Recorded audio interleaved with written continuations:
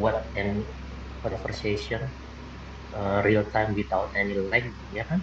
Dengan teman yang ada di Singapura, kayak mau even di Eropa, mungkin di Amerika gitu. Semua itu kan bisa terjadi karena sebetulnya di awal banyak inovasi, ya, munculnya inovasi. Nah, inovasi itu ada di area yang namanya Information and Communication Technology. Jadi ini ada dua. Satu itu, jadi itu ada dua sektor ya. Ini seringkali mungkin dilihatnya jadi satu karena sekarang sebetulnya dulu tuh terpisah nih. Ada yang namanya teknologi komunikasi, ada yang namanya teknologi informasi. Dulu terpisah sendiri-sendiri ya, saya jelasin. Nah, saya udah kuning-kuningin ya apa, stabiloin maksud saya tuh ya. Eh, eh, yang penting-penting di antaranya. Mungkin akan membantu, saya nggak tahu atau tidak. Nah, kalau kita runut ke belakang, ini kayak ngomong sejarah gitu kan. Kalau kita mau runut ke belakang, digital ekonomi itu dimulai dengan adanya penemuan transistor ya, tahun 1947. Nah, ini memungkinkan alat elektronik itu kan nyala. Jadi kalau saya nggak tahu, pernah lihat, nggak tahu Anda pernah lihat nggak ya nonton film kayak zaman dulu gitu, kayak film Winston Churchill atau film Big eh, Band of Brothers gitu, perang ke Amerika yang dapat Oscar kayak gitu-gitu. Kan di Perang Dunia Kedua itu muncul bagaimana komunikasi itu dilakukan pakai radio ya. Eh, Mungkin televisi udah mulai ada muncul juga. Nah, setelah itu teknologi tabung namanya, makanya TV-nya gede-gede zaman dulu karena dibuat dari tabung kaca yang besar gitu ya. Nah, tapi komunikasi itu bisa dilakukan lewat radio gitu ya. Ya, 1947. Jadi ada orang yang ngomong, kemudian di satu tempat, kemudian suaranya itu ditransmisikan ke banyak tempat lewat gelombang tertentu, akhirnya kita bisa dengerin itu di ujung wilayah yang bisa di cover sama frekuensi itu. Nah, uh, itu one way communication mungkin ya, itu baru satu arah komunikasinya karena dari satu tempat ke tempat lain belum bisa dijawab kayak gitu. Jadi pertama itu transistor ini gitu. Yang kemudian transistor ini tadinya gede kan, kemudian dia jadi kecil seperti biasa lah, kayak dari kayak komputer pertama kan namanya mainframe, gede banget itu, besarnya bisa segede kelas kita di FEB gitu. Kemudian dia menjadi kecil lama-lama, sekarang kita lihat miniaturnya dalam bentuk apa, laptop gitu ya. Jadi proses proses inovasi itu bergerak ke arah sana. Nah, diawali oleh transistor ini gitu ya. Nah, yang kemudian kalau ngomong uh, paling barunya ya, perkembangan transistor itu adalah mulainya ada yang dikenal dengan microchips gitu ya. Sering kita mendengar istilah CPU ya, Central Processing Unit, atau uh, motherboard gitu ya. Kalau di dalam komputer itu yang paling utama, mesin gitu ya. Nah, uh, apa namanya? Kalau di sini dibilang bahwa di sini penggunaan apa nih ya, eh, alat yang digunakan untuk kepentingan komunikasi itu terus tumbuh, tambah banyak pastinya setiap tahunnya. Bahkan diprediksi di 2025 itu lebih dari 40 miliar device yang bisa connect ke internet. Nah, ini nanti kita bahas ya soal internet ya. Jadi tapi awalnya dari transistor ini di box 21 ini dijelasin. Eh, tapi dia teknis banget sih ya. Saya kira nggak usah dibaca juga, nggak apa-apa untuk box nomor 2.1. Nah, yang ingin saya jelasin adalah perkembangan tadi di industri komunikasi dan di industri informasi. Dua industri dulu kepisah gitu ya. Sekarang udah jadi satu. Nah, kalau mau kita lihat sebetulnya, nah ini aja ya, langsung ke sini ya saya. Ini paragraf yang ada di bawahnya atau di atasnya ini nyeritain ini sih, nyeritain apa yang terjadi di timeline figure 2.1 ini. Jadi dulu eh, tadi saya sampaikan tahun 47 ketemu transistor ya, ditemukan.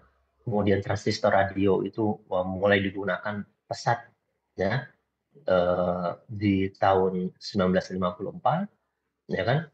Nah, ini ngomongin yang di atas nih telekomunikasinya ya, industri telekomunikasinya. Jadi setelah transistor itu ditemukan, dikembangkan, kemudian muncul karena pakai gelombang ya, terus untuk komunikasi bisa pakai radio. Setelah radio apa namanya eh, eh, radio telecommunication, kemudian muncul di tahun 65 ketemu tuh yang namanya fiber optic. Itu udah lama ya fiber optic itu ditemuin ya. Yang itu sebetulnya niatnya itu gimana informasi yang dibawa itu bisa sebanyak-banyaknya. Jadi data itu bisa ke bawah banyak gitu ketika dia mengalir ke dari satu pihak ke pihak lainnya. Nah, pemikirannya seperti itu. Jadi komunikasinya bisa lebih cepat, lebih efisien, lebih banyak ya konten yang bisa dialirkan lewat komunikasi itu.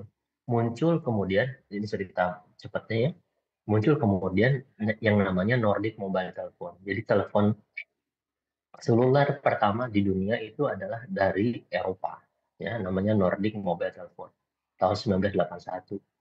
Kalau Anda nonton film kayak Pretty Woman, ya Richard Gere sama siapa? Julia Roberts ya kalau nggak salah. Itu film lama banget ya. Itu mereka dia telepon dari mobilnya pakai pakai pakai handphonenya yang gede, handphonenya diambil dari mobil itu ada kabelnya.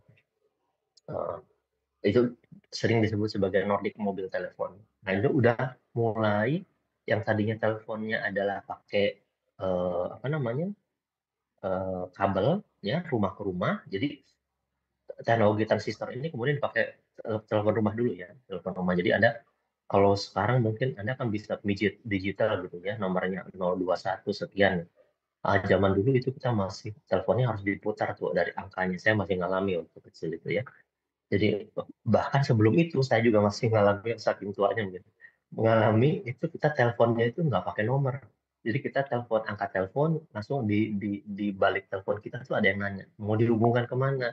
Kita bilang mau dihubungkan ke rumah nomor sekian, jalan sekian nomor sekian. Jadi masih ada namanya central station. Jadi ada petugas yang nanti akan mungkin pernah lihat di filmnya menghubungkan koneksi kita dengan rumah yang dituju. Jadi dia masukkan ke kabelnya ke tempat yang dituju dan lain-lain. Tadinya seperti itu komunikasi. Kemudian muncul telepon rumah yang udah pakai digital gitu, minta angka, dan kemudian berkembang kebutuhan untuk komunikasi yang lebih mobile ya. Muncullah Nordic Mobile Telephone itu yang tadi saya ceritain kayak di film-film mulai muncul zaman dulu tahun 80 90-an, 90-an kan ya. Nah, dari situ eh, pasti kan orang berpikir gimana inovasi bisa dilakukan lebih cepat, nggak putus-putus, ya kan? Lebih stabil, lebih murah. Muncullah ada yang disebut dengan GSM ini. Ya. Nah, GSM ini adalah teknologi yang kemudian berkembang sampai sekarang, ya, dari mulai tadinya 1G, 2G, 3G, 4G, sekarang 5G. Nah, inilah jadi bekal yang kemudian berkembang teknologinya ke eh, berkembang selanjutnya. Ya. Nah, katakanlah ketemu GSM ini, ya, cara komunikasi yang lebih mudah, murah, lebih cepat, lebih terjamin gelombangnya dibandingkan Nordic Mobile Telephone. Sampai di situ di tahun 90-an GSM itu. Saya masih pakai teleponnya dulu, tapi tarifnya juga masih mahal ke GSM. Telepon dari Surabaya misalkan ke Malang itu udah different area, itu kayak kita telepon mahal keluar kota gitu ya. Karena masih pakai GSM itu. Nah, ya, jadi Anda telepon ke Jakarta, ya misalkan saya telepon dari Surabaya, saya masih ingat dulu tuh, saya masih pakai misalkan eh, GSM tuh sampai akhir tahun 90-an ya dipakai. Saya sempat waktu pertama masuk di UNER terus dapat pendidikannya di Malang. Saya pakai handphone saya tuh nomornya dulu nomornya tuh harus per daerah. Nomor saya nomor di Jogja karena saya dulu kuliah di Jogja. Nomor Jogja saya pakai di Malang. Langsung tuh kayak roaming kayak gitu. Jadi cepat habis dia tuh karena dianggap melakukan telepon jarak jauh gitu ya. Nah, sampai di situ teknologi itu berkembang, tapi kita excited sekali ya karena memang komunikasi bisa dilakukan anywhere gitu. Tentu dengan biaya, ada biayanya gitu ya. Beda dengan kalau kita telepon pakai telepon rumah gitu ya. Walaupun pada saat itu telepon rumah kita masih ada karena kita masih ada wartel juga, wartel telekomunikasi. Kita bisa pakai telepon kabel untuk telepon misalkan ke kampung atau kemana waktu kuliah di Jogja atau kuliah atau kerja di Surabaya, di Bandung gimana. Itu masih jalan. Itu di telekomunikasi ya.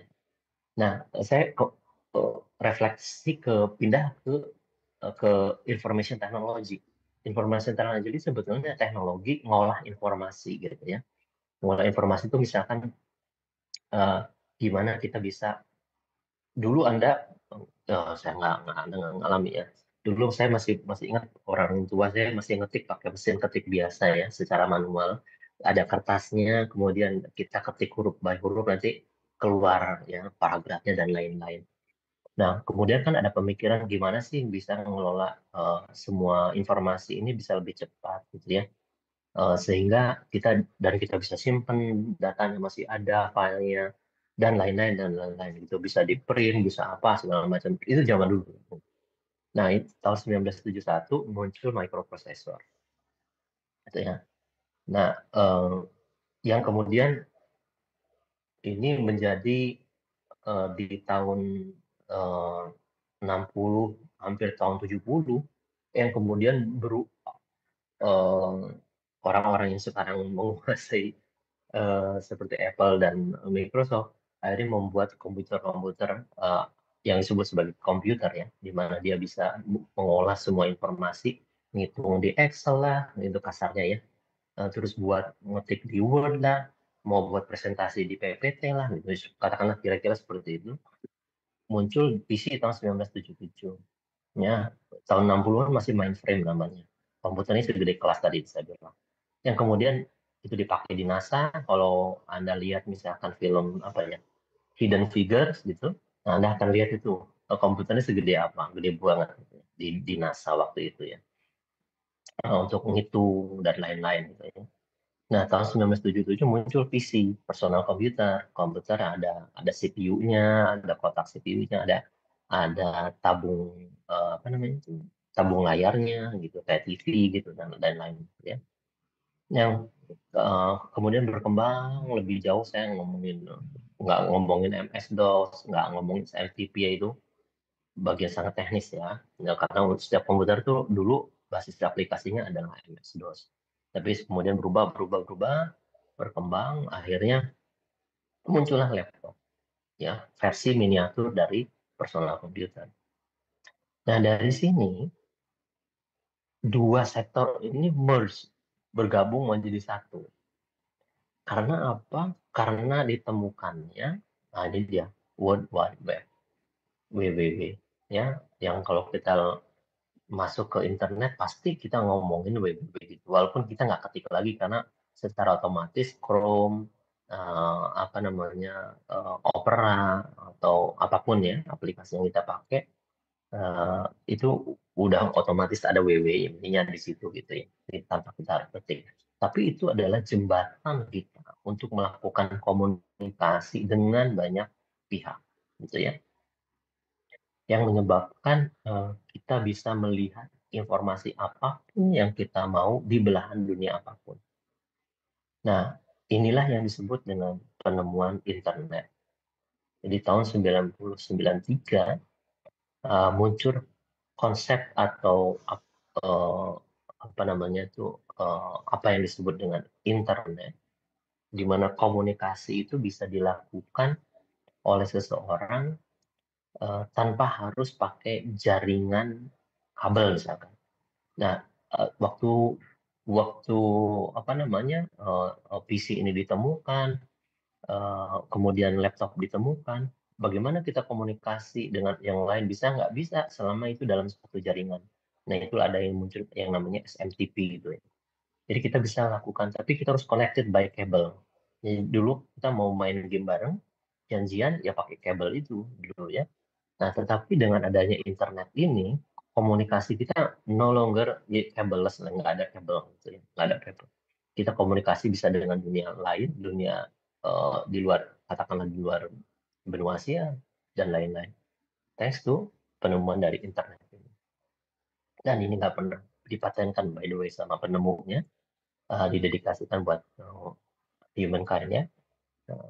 Nah, penemuan ini merevolusionasi teknologi informasi dan komunikasi. Akhirnya, semua pengembangan teknologi informasi itu semuanya basisnya internet. Semua pengembangan telekomunikasi, semua basisnya adalah internet. Itu kenapa kemudian di tahun 97 muncullah komunikasi antar orang itu bisa dilakukan lewat jaringan itu bisa dilakukan lewat WiFi atau Bluetooth, gitu ya, atau Bluetooth. Jadi nggak lagi pakai kabel. Kemudian muncul Microsoft Windows tahun 95 tuh.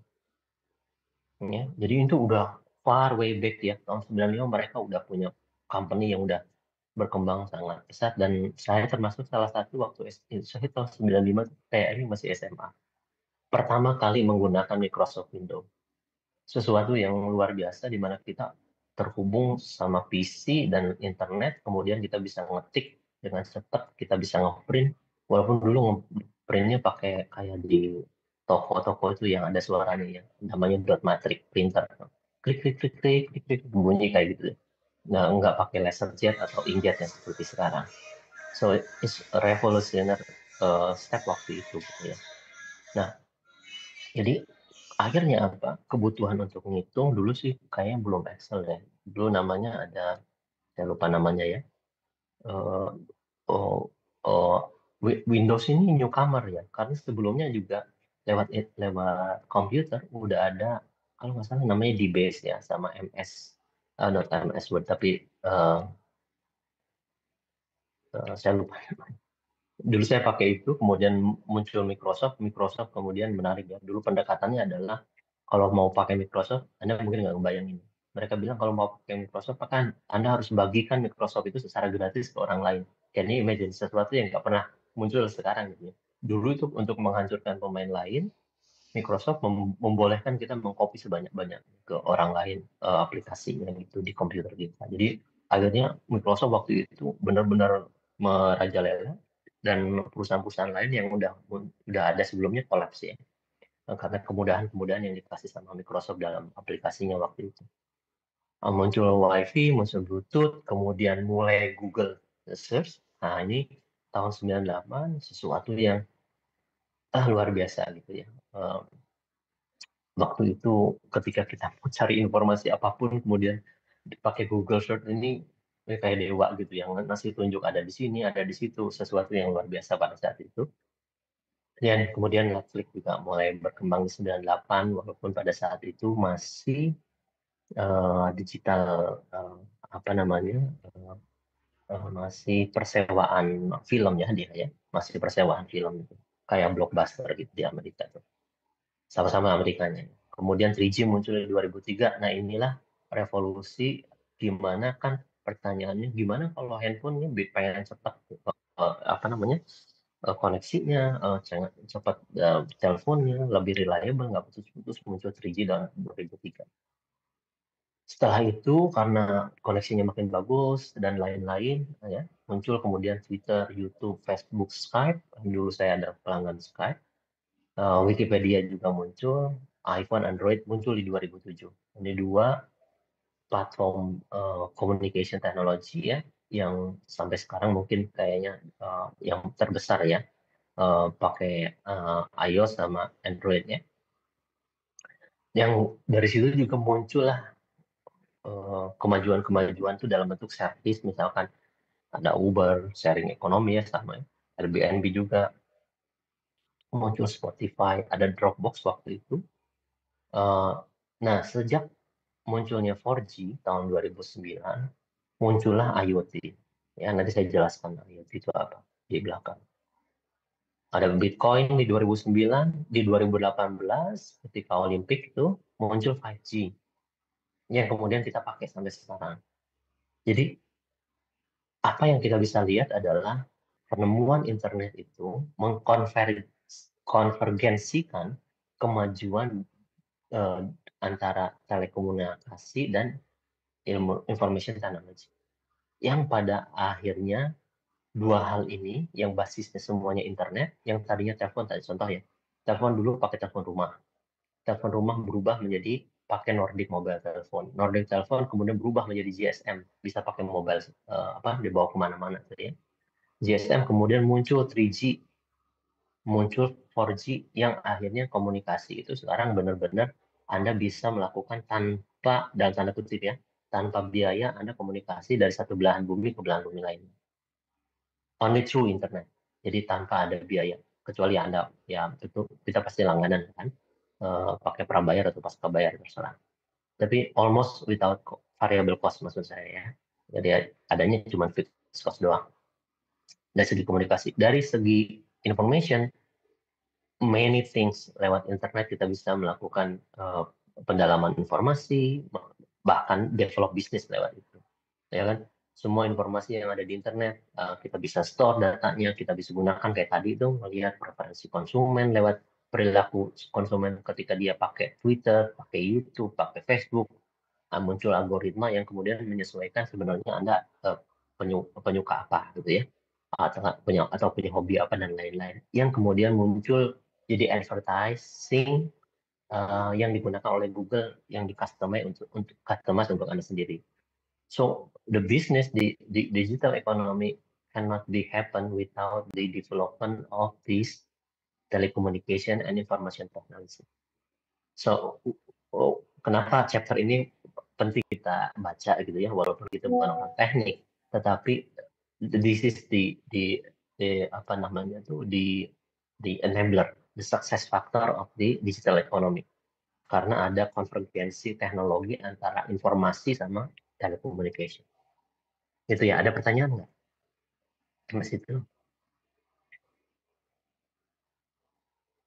Oke, ini yang ada di, kalau ada pertanyaan ngomong aja langsung ya. Saya layar saya lihat ke buku. Jadi yang ada di sini nih di paragraf-paragraf ini apa yang saya jelasin tadi ya. Jadi, bisa dibaca lagi lah kalau mau lebih jelas di sini. Nggak usah ngelihat hal-hal yang teknis ya, nggak apa-apa karena kita bukan orang IT.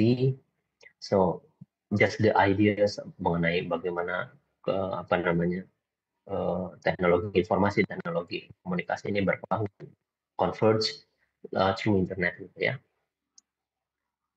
Oh, ini ada SMS. Ya ini ini juga sama ya, ketika apa namanya, ketika GSM itu ada, kita bisa berkirim pesan bisa, tapi bayar ya. Dulu kirim pesan tuh kayak seperti Anda sekarang pakai apa Line atau WhatsApp, itu kan free berapapun Anda mau. Dulu tuh ada batasan 100, saya masih ingat ya. Itu 114 karakter, berarti 114 huruf itu kita harus bayar Rp200 atau Rp300 ya, saya lupa ya. Bayangin, jadi setiap 140 kata, 140 huruf atau 114 ya, saya lupa. Itu kita harus bayar tiap kirim. Jadi mengurangi pulsa kita tuh. Dulu pada saat si GSM-nya, teknologinya. Namanya SMS, Short Message Service.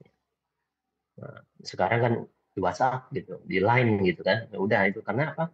Karena ada internet gitu ya. All we have to do adalah connect to the internet. Once you connect to the internet, all service itu provided kan, bisa disediain mau apa aja. Mau panggil mobil atau motor, mau pesan hotel di Airbnb, mau any service. Karena apa? Semuanya converge di internet, ya kan? Jadi kayaknya kalau nggak ada internet ya nggak ada yang nyiptain triple W. Kita ya dua-duanya belum konvergensi tadi. Kita belum bisa menikmati banyak hal. So that's why innovation itu very important ya teman-teman, rekan-rekan semuanya. Karena dengan innovation itu ekonomi itu berkembang gitu ya. Kita nggak mau bayangin ada Airbnb ya. Saya sampai minggu lalu perusahaan ada di 191 negara. Bayangin dengan lebih dari 3 juta lodge apa kamar yang ditawarin gitu. Kayaknya kalau pakai teknologi lama ya nggak bisa ya. Itu apa namanya, karena kita memanfaatkan apa secara ekonomi rumah-rumah yang punya kamar lebih bisa dipakai gitu dengan tarif yang cukup rendah atau kompetitif, kan nggak semuanya punya uang gitu ya, dan lain-lain ya. Di sini muncul Dropbox, Spotify. Dropbox itu mungkin saya nggak tahu Anda tahu nggak? Ya sama seperti sekarang kalau Anda di OneDrive atau di Google G Drive ya, Google Drive. Oke, ini semua cerita yang tadi saya ceritain sih. Let's check ya. Nah, ini juga cryptocurrency ya muncul sekarang. Bitcoin yang paling besar sekarang. Nah, harganya sekarang ya sekarang sekitar hampir 70.000 US dollar ya satu Bitcoin. Nah, berkembang sangat pesat juga. Walaupun ini banyak kritikan karena orang-orang mengira nggak akan lama dan lain-lain. Tapi that's ini ya, innovation ya. Ada yang bisa diterima, ada yang enggak. Mungkin the last thing adalah about Internet of Things. Kalau kita interaksi misalkan ya, antara kita ya, misalkan lewat ngomong atau lewat email kan udah biasa ya. Atau kita bicara dengan mesin gitu ya. Eh, Misalkan kita download film buat melakukan pembayaran atau even kita nyuruh dengan AI sekarang nyuruh apa namanya eh, minta sesuatu lah kayak coba cariin artikel yang terbaru mengenai digital economy yang perkembangan menjelaskan perkembangan di Amerika atau di Eropa atau mungkin di negara berkembang seperti Indonesia atau China, kita kan bisa nyuruh dia nyuruh mesin, human to mesin. Nah, ada lagi adalah mesin ke mesin gitu ya. Itulah yang disebut dengan Internet of Things. Jadi apa itu IoT? IoT itu adalah communication yang dilakukan mesin to mesin gitu ya. Nah, uh, uh, contoh misalkan ya, di sini ada nggak?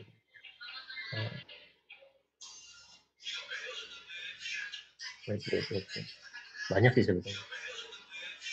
Ini dia ya. Jadi dia mesin ke mesin itu bisa ada hubungannya sama consumer, komersial, industri, infrastruktur, military. Contoh sederhana misalkan ya, kita ngomongin di sini uh, uh, home application gitu ya, home application. Anda misalkan setting rumah tuh nyala tiap berapa sampai jam berapa gitu ya.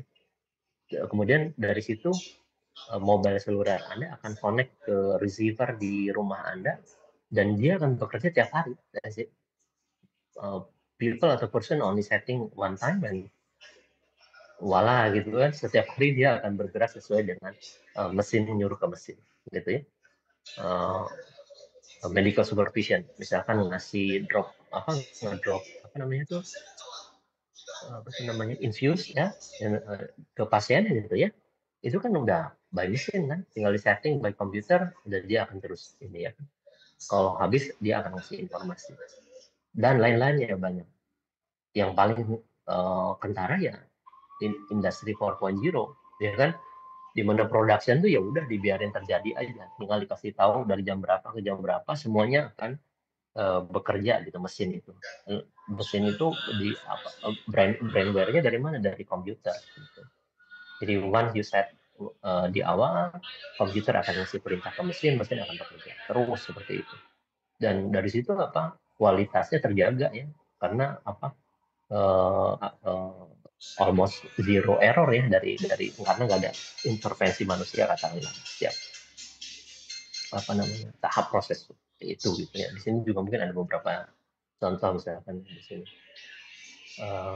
atau autonomous interaction between device, mesin, control system, termasuk misalkan kayak di kantor di sini ya, di sini ada catatan mengenai penggunaan listrik. Siapa yang ngelaporin? Ya komputer yang ngelaporin. Setiap ada perubahan, setiap detik ya dia ngelaporin Anda sudah pakai 9 kilowatt hours gitu. Tinggal dikonversi aja ke rupiahnya berapa. Jadi itu sih kalau jadi ini fascinating area ya.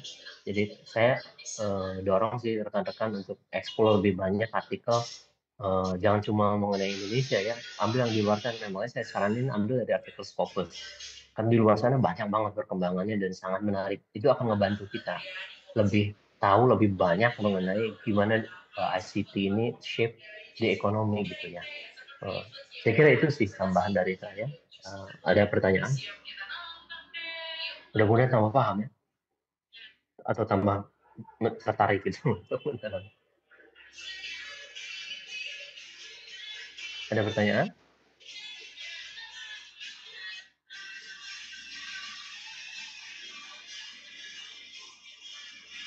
Silakan kalau ada pertanyaannya.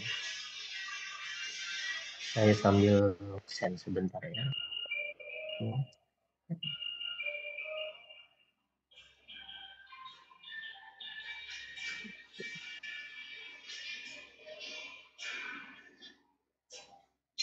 Paham belum, rekan-rekan?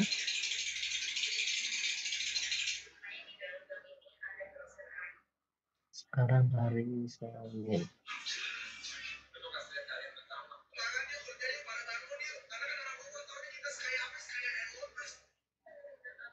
Ini tanggal 17. Ini ada.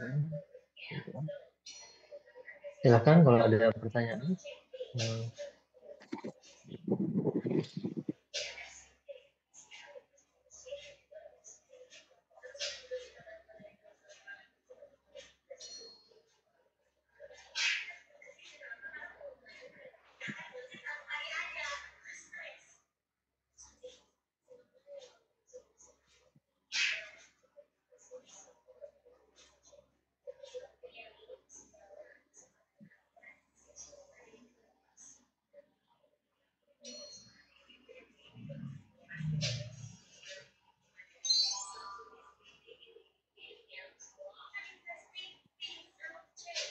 Nggak ada yang tanya?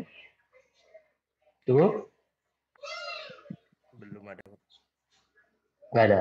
Oke, kalau nggak ada sampai di sini semua rekan-rekan, nanti absen saya absenin aja semua ya. Apa namanya? Saya anggap hadir ya namanya. Banyak banget ya, berapa banyak nih kelasnya. Oke, saya kira gitu rekan-rekan semuanya. Terima kasih, selamat sore, selamat istirahat. Kita ketemu minggu depan online lagi ya. Saya soalnya posisinya masih di Jakarta ini setiap Senin sampai Kamis ya. Terima kasih. Assalamualaikum warahmatullahi wabarakatuh. Waalaikumsalam Waalaikumsalam warahmatullahi wabarakatuh. Terima kasih, Pak. Sama-sama, sama-sama.